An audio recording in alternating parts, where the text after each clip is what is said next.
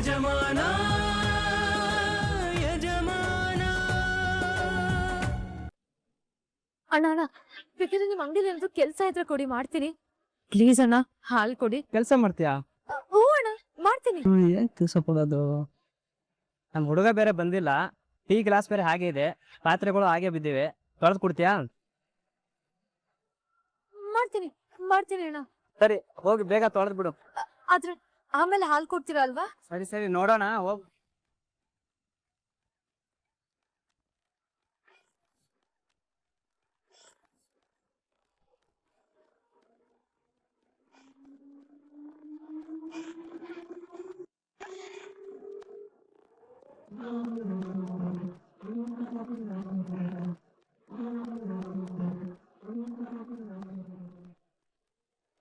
ಅಣ್ಣ ಪಾತ್ರೆ ಎಲ್ಲ ತೊಳ್ದಾಯ್ತು, ಇವಾಗ ಹಾಲ್ ಕೊಡಿ. ಎಲ್ಲ ಸರಿ ಇರಮ್ಮ, ಕೊಡ್ತೀನಿ.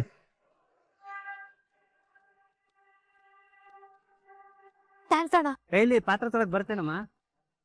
ಆ ಅಣ್ಣನಿಗೆ ಯಾಕೋ ನಮಸ್ಕಾರ ಮಾಡ್ತಾ ಇದ್ಯಾ? ಅವ್ರು ಯಾರು ಅಂತ ಗೊತ್ತಾ ನಿಂಗೆ? ಅವ್ರು ಯಾರು ಅಂತ ಗೊತ್ತಿಲ್ವೇನೋ? 50,000 ಕೋಟಿ ಹೊಡ್ದಿ ಕಣ ಅವರು. ಅಷ್ಟೇ ಅಲ್ಲ, ಈಗ ನೀನ್ ಕೊಟ್ಟಲ್ಲ ಹಾಲು, ಆ ಕಂಪ್ನಿ ಓನರೇ ಅವರು. ಹಾ ಹೌದಾ? ನಂಗೆ ನಂಬಕ್ಕೆ ಆಗ್ತಾ ಇಲ್ಲ. ಮತ್ತೆ ನಮ್ಮ ಅಂಗಡಿಯಲ್ಲಿ ಅರ್ಧ ಲೀಟರ್ ಹಾಲಿಗೆ ಪಾತ್ರೆ ತೊಳೆದ್ರು. ಹೌದೇನೋ?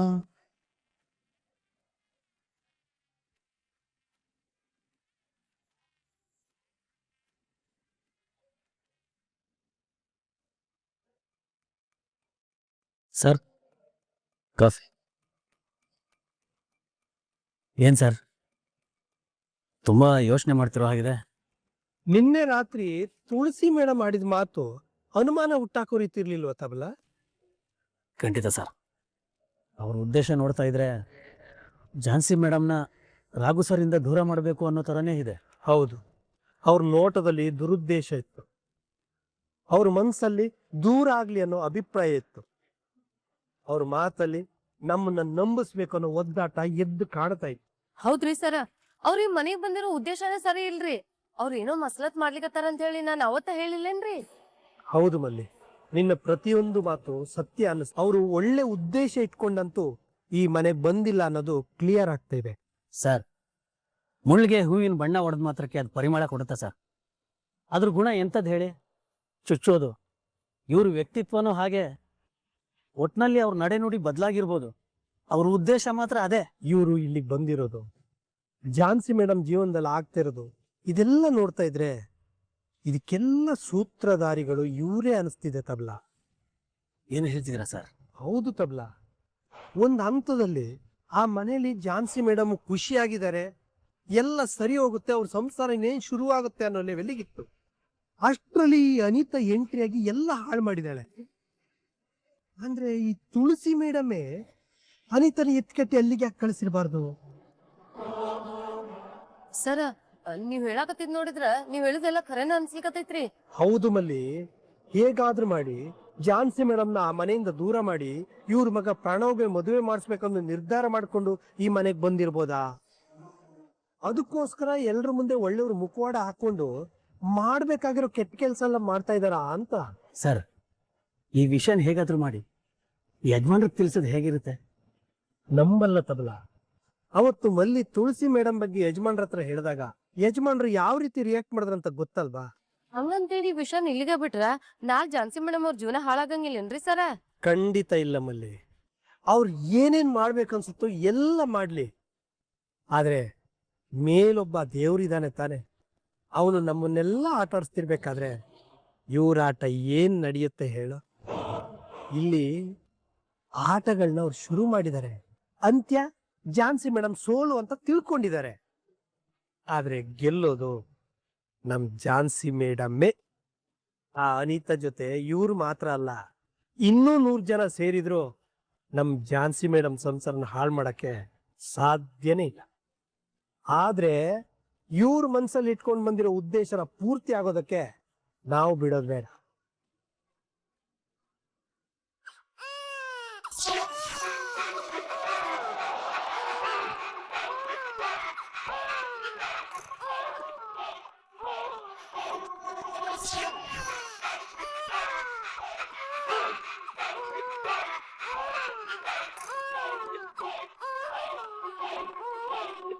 ಏನ್ ದೊಡ್ಡಪ್ಪ ಇವಳು ಈಗ ಆರಾಮಾಗಿ ಕೂತಿದ್ದಾಳೆ.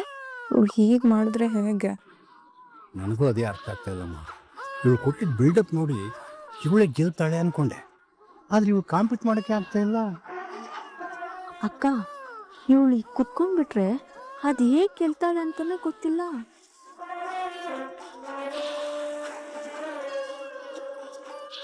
ಅತ್ತಿಗೆ ಬಂದ್ರು.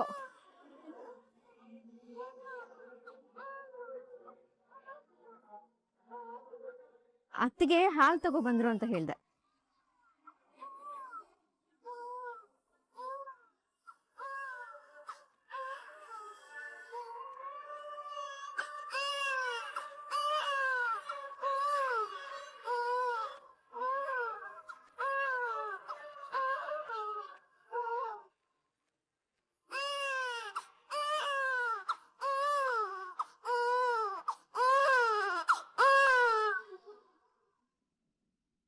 ಮಗು ಅಳು ನಿಲ್ಸದ್ನಲ್ಲ, ಸೊ ಗೆದ್ದಿದ್ ನಾನೇ.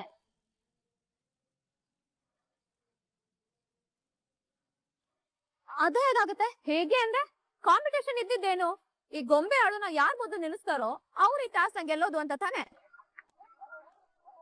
ಇವಾಗ ನಿನ್ಗಿಂತ ಮೊದ್ಲು ಈ ಗೊಂಬೆ ಅಳುನ ನಾನ್ ನಿಲ್ಸಿದ್ದೀನಿ ಅಂದ್ಮೇಲೆ ಗೆದ್ದಿದ್ ನಾನೇ ಅಲ್ವಾ?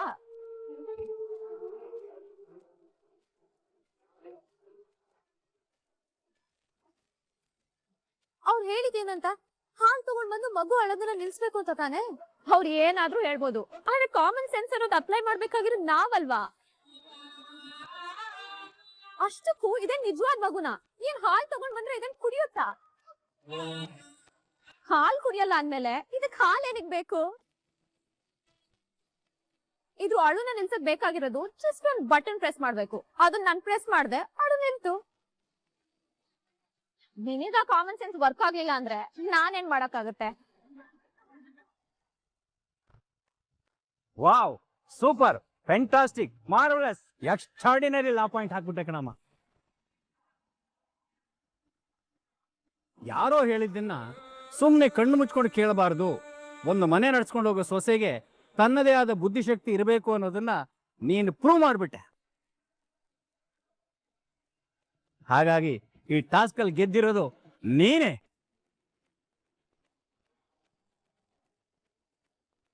Thank you. ಇದು ಮೋಸ. ನೀವ್ ಅವಾಗ್ಲೇ ಹೇಳಿದ್ದೇನು, ಇವಾಗ ಮಾಡ್ತಿರೋದೇನು? ಯಾವ್ದಮ್ಮ ಮೋಸ? ಯಾಕೆ? ಆ ದೇವ್ರು ನಿನಗೆ ಬುದ್ಧಿ ಕೊಟ್ಟಿಲ್ವಾ? ಈ ಗೊಂಬೆ ಹಾಲು ಕುಡಿಯಲ್ಲ ಅನ್ನೋದು ನಿನ್ಗೆ ಗೊತ್ತಿಲ್ವಾ? ನೋಡು, ಒಂದು ಸಂಸಾರ ನಿಭಾಯಿಸ್ಬೇಕು ಅಂದ್ರೆ ಬುದ್ಧಿವಂತಿಕೆ, ಸಮಯ ಪ್ರಜ್ಞೆ ಬಹಳ ಮುಖ್ಯ. ಅದು ಅವಳಿಗಿತ್ತು, ಗೆದ್ಲು. ನಿನಗಿರ್ಲಿಲ್ಲ, ಅದಕ್ಕೆ ಹಿಂದೆ ಮುಂದೆ ಯೋಚನೆ ಮಾಡಿದೆ, ಓಡ್ದೆ, ಅಷ್ಟೇ ವ್ಯತ್ಯಾಸ. ಆಗ ನೋಡಿದ್ರೆ ಲೀಗಲಿ, ಟೆಕ್ನಿಕಲಿ ಎಲ್ಲಾ ರೀತಿಯಿಂದನೂ ಗೆದ್ದಿರೋದು ಇವಳೇ.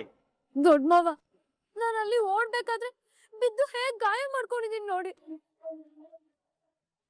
ನನ್ನ ಹತ್ರ ದುಡ್ಡಿಲ್ಲ ಅಂತ ಹೇಳಿ ಅಂಗಡಿಲಿ ಒಂದ್ ರಾಶಿ ಪಾತ್ರೆ ತೊಳೆದು ಈ ಹಾಲ್ನ ತಗೊಂಡ್ ಬಂದಿದ್ದೀನಿ. ಹಾಗಿದ್ರೆ ನನ್ ಶ್ರಮಕ್ ಬೆಲೆನೇ ಇಲ್ವಾ? ನೋಡಮ್ಮ, ಸ್ಮಾರ್ಟ್ ವರ್ಕ್, ಹಾರ್ಡ್ ವರ್ಕ್ ಅಂತ ಇರುತ್ತೆ. ಅನಿತಾ ಸ್ಮಾರ್ಟ್ ವರ್ಕ್ ಮಾಡಿ ಗೆದ್ದಿದ್ದಾಳೆ, ನೀನು ಹಾರ್ಡ್ ವರ್ಕ್ ಮಾಡಿ ಸೋತಿದ್ದೀಯ. ನಿನಗೆ ಈ ಸಣ್ಣ ಲಾ ಪಾಯಿಂಟೇ ಅರ್ಥ ಆಗ್ಲಿಲ್ಲ ಅಂದ್ಮೇಲೆ ಸೊಸೆಯಾಗಿ ಬಂದು ಸಂಸಾರ ಹೇಗಮ್ಮ ನಿಭಾಯಿಸ್ತೀಯ? ಒಟ್ನಲ್ಲಿ ಮೊದಲನೇ ಟಾಸ್ಕ್ ವಿನ್ನರ್ ಅನಿತಾ. ಇಲ್ಲ, ಇದು ನಾನು ಒಪ್ಪಲ್ಲ. ನೀನ್ ಒಪ್ಕೊಂಡ್ರೆ ಎಷ್ಟು, ಬಿಟ್ರೆ ಎಷ್ಟು. ಇಲ್ಲಿ ಸೋಲು ಗೆಲುವಿನ ನಿರ್ಧಾರ ಮಾಡ್ಬೇಕಾದವ್ರು ಮಾಡಾಗಿದೆ. ಒಟ್ನಲ್ಲಿ ಅನಿತಾನೇ ವಿನ್ನರ್. ಇದು ಮೋಸ. ಮೋಸ ಸಮೋಸ ಯಾವ್ದು ಇಲ್ಲ. ಬಾವ ಮಗು ಅಳೋದನ್ನ ನಿಲ್ಸ್ಬೇಕು, ಸಮಾಧಾನ ಮಾಡ್ಬೇಕು ಅಂತ ಒತ್ತಿ ಒತ್ತಿ ಹೇಳಿಲ್ವಾ? ಅಂಪೇರ್ ತೀರ್ಮಾನನೇ ಅಂತಿಮ ತೀರ್ಮಾನ ಅಂತ ಮೊದ್ಲೇ ಹೇಳಿಲ್ವಾ?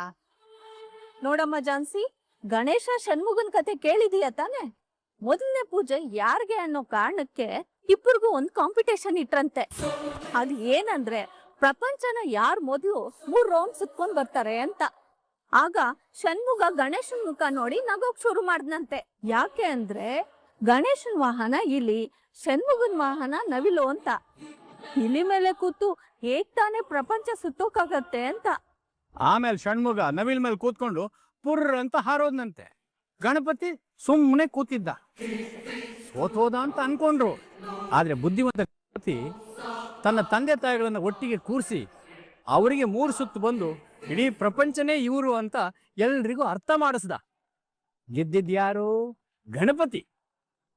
ಹಾಗೆ ಸ್ಮಾರ್ಟ್ ಆಗಿ ಯೋಚನೆ ಮಾಡಿ ಅನಿತಾ ಗಣಪತಿ ಆದ್ರು.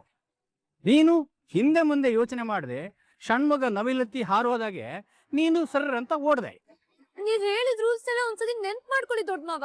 ನೋಡೋ, ಇನ್ನೂ ಮಾತುಕತೆ ಇಲ್ಲ. ಮೊದಲನೇ ಟಾಸ್ಕ್ ಇಲ್ಲಿಗೆ ಮುಗಿದಿದೆ. ಮತ್ತೆ ಮುಂದಿನ ಟಾಸ್ಕ್ ಅಲ್ಲಿ ಭೇಟಿ ಆಗೋಣ. ಅಲ್ಲಿವರೆಗೂ ಒಂದು ಶಾರ್ಟ್ ಬ್ರೇಕ್. ಎಲ್ರು ಹೊಡಿ ಹೊಡಿ ಹೊಡಿ.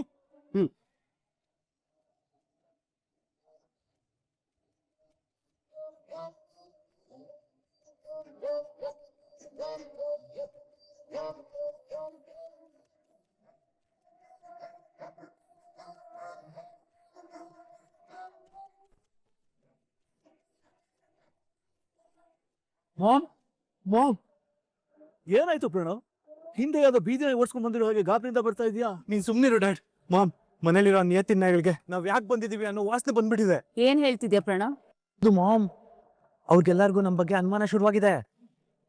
ನಾವ್ ಈ ಮನೆಗ್ ಬಂದಿರೋ ಪ್ರತಿಯೊಂದು ಉದ್ದೇಶದ ಬಗ್ಗೆ ಗೆಸ್ ಮಾಡಿದ್ದಾರೆ.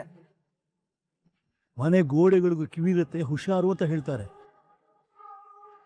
ಅಂತದ್ರಲ್ಲಿ ಆ ಕಿವಿಗಳಿಗೆ ನಮ್ಮ ಮಾತು ಬಿದ್ದಿದೆ ಅಂದ್ಮೇಲೆ ಬಾಯಿಗಳು ಸುಮ್ಮನೆ ಇರ್ತಾವ? ಮೊದ್ಲೇ ಅವ್ರುಗಳು ಯಜಮಾನರ ಉಪ್ಪಿನಗರದಲ್ಲಿ ನಾವೆಲ್ಲ ಬದುಕ್ತಾ ಇದ್ದೀವಿ ಅಂತ ತಿಳ್ಕೊಂಡಿರೋ ಮಿಡ್ಲ್ ಕ್ಲಾಸ್ ಜನಗಳು ನಿಯತ್ತಲ್ಲಿ ನಾಯಿನ ಮೀರಿಸ್ತಾರೆ. ಇನ್ನು ಅವ್ರು ಸುಮ್ಮನೆ ಇರ್ತಾರಾ? ನೀನ್ ಸ್ವಲ್ಪ ಸುಮ್ನೆ ಇರು. ನನ್ನನ್ನ ಸುಮ್ಮನೆ ಇರಿಸಿದ ತಕ್ಷಣ ನಿನ್ನ ನಿಜ ರೂಪ ಬಯಲಾಗಲ್ಲ ಅಂತ ಅನ್ಕೊಂಡಿದ್ಯಾ ತುಳಸಿ? ನಾಟಕ ಮುಗಿಯೋ ಟೈಮ್ ಬರ್ತಾ ಇದೆ. ಮುಖವಾಡ ಕಳ್ಚಿ ಬೀಳ್ತಾ ಇದೆ. ಅಂದ್ಮೇಲೆ ನಿಜ ರೂಪ ಹೊರಗಡೆ ಬರಲೇಬೇಕು ಅಲ್ವಾ? ಮಾಮ್, ಆ 3 ಜನ ಸಾಮಾನ್ಯದವರಲ್ಲ. ಖಂಡಿತ ಸುಮ್ನೆ ಇರಲ್ಲ. ಏನಾದ್ರೂ ಮಾಡೇ ಮಾಡ್ತಾರೆ. ಅವ್ರು ಏನೋ ಮಾಡೋದಕ್ಕಿಂತ ಮುಂಚೆ ನಾವು ಈ ಮನೆ ಖಾಲಿ ಮಾಡೋದು ಒಳ್ಳೇದು ಅಂತ ನನಗನ್ನಿಸ್ತಾ ಇದೆ. ಇಲ್ಲಾಂದ್ರೆ ಅವ್ರು ಏನಾದ್ರೂ ಮಾಡಿ ಸತ್ಯನ ನಿಮ್ಮ ಅಪ್ಪನ ಮುಂದೆ ಹೊರಗಡೆ ಬರೋ ತರ ಮಾಡ್ತಾರೆ. ಆಮೇಲೆ ನಿಮ್ಮಪ್ಪ ನಮ್ಮನ್ನ ಕತ್ತು ಹಿಡಿದು ಮನೆಯಿಂದ ಹೊರಗೆ ತಳ್ತಾರಷ್ಟೇ. ಮಾಮ್, ಏನ್ ಯೋಚನೆ ಮಾಡ್ತಿದ್ದೀರಾ? ಇನ್ನೇನ್ ಯೋಚನೆ ಮಾಡ್ತಾಳೆ ಪ್ರಣವ್? ಈಗಲೇ ಹೋಗೋದಾ ಅಥವಾ ಪುಣ್ಯಕ್ಷೇತ್ರಕ್ಕೆ ಹೋಗಿರೋ ಮಾವ ವಾಪಸ್ ಬಂದ್ಮೇಲೆ ಅವ್ರಿಗೆ ಹೇಳ್ಬಿಟ್ಟು ಹೋಗೋದಾ ಅಂತ ಯೋಚನೆ ಮಾಡ್ತಾ ಇದ್ದಾಳೆ ಅಷ್ಟೇ. ಯಾವಾಗ್ಲಾದ್ರೂ ಸರಿ ಹೋಗ್ಲೇಬೇಕಲ್ವಾ? ನಾನು ಈಗಲೇ ನನ್ನ ಲಗೇಜ್ ಎಲ್ಲ ಪ್ಯಾಕ್ ಮಾಡಿ ರೆಡಿ ಮಾಡಿ ಇಟ್ಕೋತೀನಿ.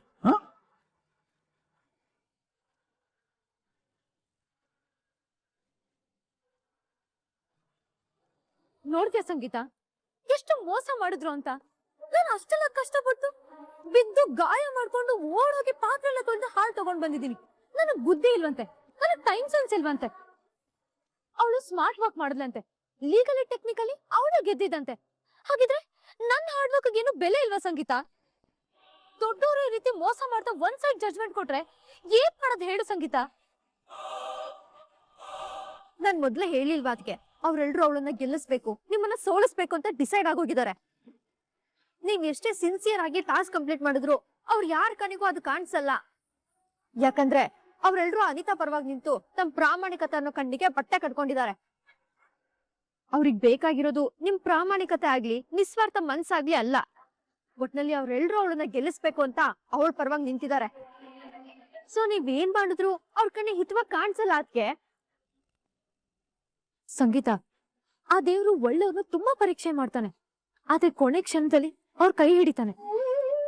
ಕೆಟ್ಟವ್ರಿಗೆ ತುಂಬಾ ಸುಖ ಕೊಟ್ಟು ಕೊನೆ ಕ್ಷಣದಲ್ಲಿ ಕೈ ಬಿಡ್ತಾನೆ ಅಂತ ಹೇಳ್ತಾರೆ. ಆ ಮಾತನ್ನ ನಾನು ಇಷ್ಟು ದಿನ ನಂಬ್ತಿರ್ಲಿಲ್ಲ, ಆದ್ರೆ ಇವತ್ ನಂಬ್ತೀನಿ. ಈ ಟಾಸ್ಕ್ ಅಲ್ಲಿ ಈ ಮನೆ ಸೊಸೆ ಆಗಿ ಆ ಕ್ಷಣ ಮಗುವಿನ ತಾಯಿಯಾಗಿ ಯೋಚನೆ ಮಾಡ್ಬಿಟ್ಟೆ. ಅದೇ ಬಿಸ್ನೆಸ್ ವುಮೆನ್ ಜಾನ್ಸಿ ಆಗಿ ಯೋಚನೆ ಮಾಡಿದಿದ್ರೆ ನನ್ನ ಆಟನೇ ಬೇರೆ ಇರ್ತಿತ್ತು. ಏನೆಲ್ಲ ಮೋಸ ಮಾಡ್ತಾರೋ ಮಾಡ್ಲಿ, ನೋಡೇ ಬಿಡೋಣ ಪ್ರಾಮಾಣಿಕತೆ ಗೆಲ್ಲುತ್ತೋ ಅಪ್ರಾಮಾಣಿಕತೆ ಗೆಲ್ಲುತ್ತೋ ಅಂತ. ಅದ್ಗೆ ನಮ್ ಮನೆಯವ್ರ ಹತ್ರ ನಿಮ್ ಪ್ರಾಮಾಣಿಕತೆಗೆ ಬೆಲೆ ಇಲ್ಲ.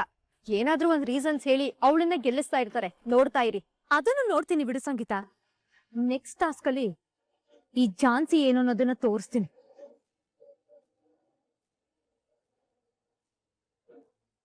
ಸದ್ಯ ಮೊದಲನೇ ಆಟದಲ್ಲೇ ಹೇಗೋ ಗೆದ್ಬಿಟ್ಟಲ್ಲ, ಅಷ್ಟು ಸಾಕು. ಮಂಜುಳ, ಗೆದ್ದಿದ್ದಲ್ಲ ಗೆಲ್ಸಿದ್ದು ಅಂತ ಹೇಳು. ಆದ್ರೂ ಟಾಸ್ಕ್ ಅಲ್ಲಿ ಕಾಂಪೀಟ್ ಮಾಡದೆ ಸುಮ್ಮನೆ ಕೂತಿದ್ ನೋಡಿ ಏನಪ್ಪ ಇವಳು ಹೀಗೆ ಮಾಡ್ತಿದ್ದಾಳೆ ಅಂತ ಅನ್ಸ್ಬಿಟ್ಟಿತ್ತು. ದೊಡ್ಡ ಬಾವ, ನಾನ್ ಏನೇ ಮಾಡಿದ್ರು ಒಂದ್ ಪ್ಲಾನಿಂಗ್ ಇಟ್ಕೊಂಡೇ ಮಾಡಿರ್ತೀನಿ. ಮೇಲಾಗಿ ನನ್ನ ಕೆಲ್ಸದಕ್ ನೀವೆಲ್ಲ ಇರ್ಬೇಕಾದ್ರೆ ನಾನ್ ಯಾಕೆ ಟೆನ್ಷನ್ ಮಾಡ್ಕೊಳ್ಳಿ? ಹಾಗಂತೇಳಿ ನೀನು ಸ್ವಲ್ಪ ಕೂಡ ಪ್ರಯತ್ನ ಮಾಡಲಿಲ್ಲ ಅಂದ್ರೆ ನಮಗ್ ಗೆಲ್ಸೋದು ಕಷ್ಟ ಆಗುತ್ತೆ ಕಣಮ್ಮ. ನ್ಯಾಯವಾಗಿ ನೋಡಿದ್ರೆ ಈ ಟಾಸ್ಕ್ ಅಲ್ಲಿ ಗೆದ್ದಿದ್ದು ಜಾನ್ಸೇನೆ. ಪ್ರಾಮಾಣಿಕವಾಗಿ ಪ್ರಯತ್ನ ಪಟ್ಟು ಹಠದಿಂದ ಓಡ್ ಹೋಗಿ ಛಲದಿಂದ ಕಷ್ಟಪಟ್ಟು ದುಡ್ದು ಹಾಲು ತಗೊಂಡ್ ಬಂದ್ಲು. ರೀ, ಆ ಪಾಯಿಂಟ್ ಇಟ್ಕೊಂಡು ಅವಳನ್ನ ಹೋಗ್ಲಿ ಅತ್ತಕ್ಕೆ ಏರಿಸ್ಬೇಡಿ ಇರಿ. ಅಟ್ಟಕ್ಕೇರಿಸ್ತಿಲ್ವೇ, ಇರೋ ಸತ್ಯ ಹೇಳ್ತಾ ಇದ್ದೀನಿ ಅಷ್ಟೇ. ನ್ಯಾಯವಾಗಿ ನೋಡೋದಾದ್ರೆ ಇದ್ರಲ್ಲಿ ಗೆದ್ದಿರೋದು ಜಾನ್ಸಿನೇ. ಆದ್ರೆ ನೀನು ಲಾಸ್ಟ್ ಅಲ್ಲಿ ಒಂದು ಲಾ ಪಾಯಿಂಟ್ ಹಾಕ್ದೆ ನೋಡು, ಅದನ್ನ ಹಿಡ್ಕೊಂಡು ಪ್ಲೇಟ್ನ ಹಂಗೆ ಉಲ್ಟಾ ಮಾಡಿ ಗೆಲುವಿನ ಪದಕನ ನಿನಗೆ ಕೊಟ್ಟು ಸೋಲನ್ನ ಅವಳಿಗೆ ಕೊಟ್ಟೆ. ದೊಡಪ್ಪ, ಹೇಗ್ ಗೆದ್ವಿ ಅನ್ನೋದ್ ಮುಖ್ಯ ಅಲ್ಲ, ಒಟ್ನಲ್ಲಿ ಗೆದ್ವಿ ಅನ್ನೋದಷ್ಟೇ ಮುಖ್ಯ. ಲಾ ಪಾಯಿಂಟ್ ಹಾಕಿದ್ಲು, ಟೆಕ್ನಿಕಲ್ ಪಾಯಿಂಟ್ ಹಾಕಿದ್ಲು, ಟೈಮ್ ಸರಿಯಾಗಿ ಪಾಯಿಂಟ್ ಹಾಕಿ ಗೆದ್ಲು ತಾನೆ. ಇವಾಗ ಬಿಡಿ. ಹಾಗಂತ ಹೇಳಿ ಮುಂದೆ ಎಲ್ಲಾ ಟಾಸ್ಕಲ್ಲಿ ಹೀಗ್ ಮಾಡಿದ್ರೆ ಹೇಗ್ ಗೆಲ್ಲಕ್ಕಾಗತ್ತೆ? ನೀನು ಸ್ವಲ್ಪ ಪ್ರಯತ್ನ ಪಡ್ಬೇಕು ಕಣಮ್ಮ. ನೀವೆಲ್ರೂ ಇರ್ಬೇಕಾದ್ರೆ ನಾನ್ ಯಾಕೆ ತಲೆ ಕೆಡ್ಸ್ಕೊಳ್ಳಿ? ಹೇಗಿದ್ರು ನೀವೆಲ್ರೂ ನನ್ನ ಗೆಲ್ಸ್ತಿರಲ್ಲ. ಅದು ಆ ರೀತಿ ಅಲ್ಲಮ್ಮ ಅನಿತಾ, ಮುಂದೆ ಎಲ್ಲಾ ಟಾಸ್ಕು ಇದೇ ರೀತಿ ಇರಲ್ಲ. ನೀನು ಪ್ರಯತ್ನ ಪಟ್ರೆ ಮಾತ್ರ ಗೆಲ್ಲುವಂತ ಟಾಸ್ಕು ಇರುತ್ತೆ. ಆಗ ನಾವೇನು ಮಾಡಕ್ಕಾಗಲ್ಲ. ಸೋಲು ಗೆಲುವು ಎಲ್ಲ ನಿನ್ ಕೈಯಲ್ಲೇ ಇರುತ್ತೆ. ಹಾಗಿದ್ರೆ ನೆಕ್ಸ್ಟ್ ಟಾಸ್ಕ್ ಏನು ಅಂತ ನೀವ್ ಈಗ್ಲೇ ಹೇಳ್ಬಿಡಿ. ನಾನ್ ಪ್ಲಾನಿಂಗ್ ಮಾಡ್ಕೊಂಡು ಪ್ರಿಪೇರ್ ಆಗ್ಬಿಡ್ತೀನಿ. ಅದು ಹೇಗಮ್ಮ ಆಗುತ್ತೆ? ರೂಲ್ಸ್ ಒಪ್ಪಲ್ವಲ್ಲ. ಪಲ್ಲವಿ, ದೊಡಪ್ಪ, ಆ ರೂಲ್ಸ್ ಎಲ್ಲ ಬರೀ ಜಾನ್ಸಿಗ್ ಮಾತ್ರ. ನೀವ್ ಅನಿತಾ ಒಬ್ಳಿಗೆ ಹೇಳಿ. ನೀವು ಟಾಸ್ಕ್ ನ ಲೀಕ್ ಔಟ್ ಮಾಡಿದಿರಾ ಅಂತ ನಾವ್ ಯಾರಿಗೂ ಹೇಳಲ್ಲ. ಯಾಕಂದ್ರೆ ಅನಿತಾ ಗೆಲ್ಲೋದಲ್ವಾ ದೊಡಪ್ಪ ನಮ್ಗೂ ಬೇಕಾಗಿರೋದು. ಅಯ್ಯೋ ಹೇಳಿ ಬಾಬಾ, ಏನೂ ಆಗಲ್ಲ. ಹೌದು ರೀ, ಅವಾಗ ಅನಿತಾ ರೆಡಿ ಆಗಕ್ಕೆ ಸರಿ ಹೋಗುತ್ತೆ. ಇವಾಗ್ಲೇ ನೋಡಮ್ಮ, ಯಾವುದೇ ಕಾರಣಕ್ಕೂ ಈ ಟಾಸ್ಕ್ ನಿನಗೆ ಮೊದಲೇ ಗೊತ್ತಿತ್ತು ಅನ್ನೋದನ್ನ ತೋರಿಸ್ಕೋಬಾರ್ದು. ಖಂಡಿತ ಇಲ್ಲ. ನೀವ್ ಧೈರ್ಯವಾಗಿ ಹೇಳಿ ದೊಡ್ಡ ಮಾವ. ಅದು ನೆಕ್ಸ್ಟ್ ನಾವು ನಿಮ್ಮಿಬ್ರಿಗೂ ಒಂದು ಗೋಲ್ಡ್ ಚೈನ್ ಹಾಕ್ತೀವಿ.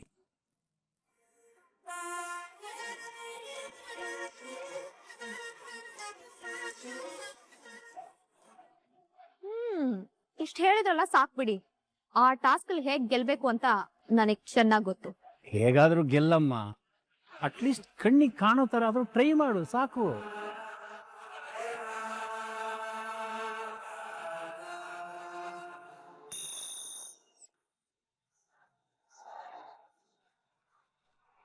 ಎಲ್ರು ಬಂದಾಯ್ತಲ್ವಾ?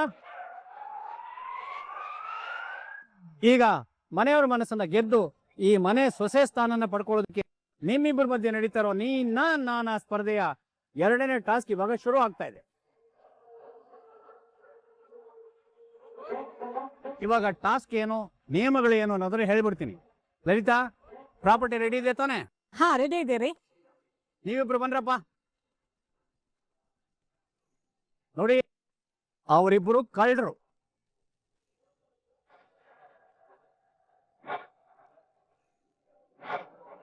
ಇವಾಗ ನಿಮ್ಮಿಬ್ರಿಗೂ ಒಂದೊಂದು ಚೈನ್ ಹಾಕ್ತೀವಿ. ಆ ಚೈನ್ ಈ ಕಳ್ಳರು ಕಿತ್ಕೊಂಡು ಓಡೋಗ್ತಾರೆ. ಆವಾಗ ನೀವು ಏನ್ ಮಾಡ್ತೀರ ಅನ್ನೋದೇ ಟಾಸ್ಕ್. ಈ ಟಾಸ್ಕ್ ಅಲ್ಲಿ ಆ ಚೈನ್ ನ ಕಾಪಾಡ್ಕೊಳ್ಳೋದಕ್ಕೆ ನೀವು ಏನೆಲ್ಲ ಎಫರ್ಟ್ ಹಾಕ್ತೀರಾ ಅನ್ನೋದೇ ತುಂಬಾ ಮುಖ್ಯವಾದ್ದು. ಯಾಕಂದ್ರೆ ಚಿನ್ನ ಬಹಳ ಅಮೂಲ್ಯವಾದದ್ದು. ಒಬ್ಬ ಗೃಹಿಣಿ ತನ್ನ ಮೈ ಮೇಲಿನ ಚಿನ್ನನ ಹೇಗೆ ಕಾಪಾಡ್ಕೊಳ್ತಾಳೆ ಅನ್ನೋದೇ ಇದರ ಉದ್ದೇಶ. ನಿಮ್ಮಿಬ್ಬರಿಗೂ ಅರ್ಥ ಆಯ್ತಾ? ಆಮೇಲೆ ಮುಖ್ಯವಾದ ವಿಷಯ ಏನಪ್ಪಾ ಅಂದ್ರೆ, ನೀವು ಕೊಡ್ತಾ ಇರೋ ಚೈನು ಒರಿಜಿನಲ್ ಚಿನ್ನ ಅಲ್ಲ. ಹಾಗೆ ಇವರಿಬ್ರು ನಿಜವಾದ ಕಳ್ಳರು ಅಲ್ಲ. ಈ ಟಾಸ್ಕ್ಗೆ ನಿಮಗೆ ಕೊಡ್ತಾ ಇರುವಂತ ಸಮಯ 30 ನಿಮಿಷ. ಅಷ್ಟರಲ್ಲಿ ಆ ಚೈನ್ ನೀವು ನಿಮ್ಮ ವಶ ಮಾಡ್ಕೊಂಡು ಬರ್ಬೇಕು. ಇವಾಗ ಶುರು ಮಾಡ್ಬೋದಲ್ವಾ? ಓಕೆ. ನೋಡ್ರಪ್ಪ, ಇವರಿಬ್ರು ವಾಕಿಂಗ್ ಮಾಡ್ತಾ ಇರ್ತಾರೆ ಅಥವಾ ಏನಾದ್ರು ಕೆಲಸ ಮಾಡ್ತಾ ಇರ್ತಾರೆ, ಅದು ಅವ್ರಿಗೆ ಬಿಟ್ಟಿದ್ದು. ನೀವಿಬ್ರು ಹೊಂಚಾಕಿ ಇವ್ರ ಕತ್ತಲ್ಲಿರೋ ಚೈನ್ ನ ಕಿತ್ಕೊಂಡು ಓಡಬೇಕು. ಲಲಿತಾ, ಇವರಿಬ್ರು ಕುತ್ತಿಗೆಗೆ ಒಂದೊಂದು ಚೈನ್ ಹಾಕು. ಹಾ ರೀ.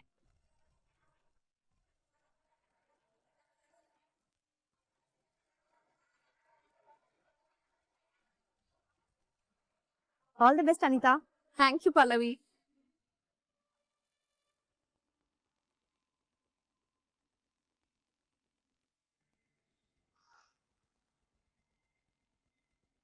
Okay, ready, 3, 2, 1.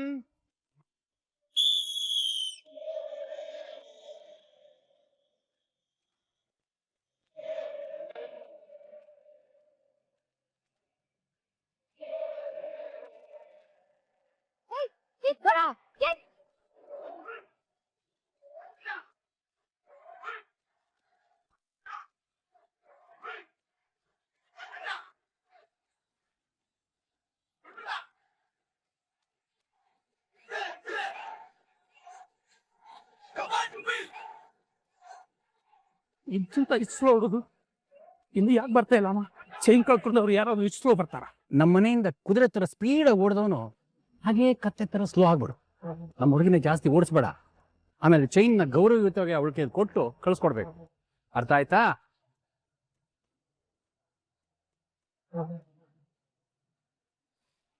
Madam, hello madam, chain ಕೊಟ್ಬಿಡ್ತೀನಿ ಮೇಡಮ್. ಅಯ್ಯೋ ಲಲಿತಾ, ಈ ಟಾಸ್ಕಲ್ಲಿ ಗೆಲ್ಲೋದು ಅನಿತಾನೆ. ನೋಡ್ತಾ ಇರು, ಇನ್ನು 10 ನಿಮಿಷದಲ್ಲಿ ಆ ಚೈನ್ ಕಿತ್ಕೊಂಡು ಬರ್ತಾಳೆ ಅವಳು. ಗೆಲ್ಸೋದಕ್ಕೆ ಏನೇನು ವ್ಯವಸ್ಥೆ ಮಾಡಬೇಕು ಅದೆಲ್ಲ ನಾನು ಮಾಡಿದ್ದೆ.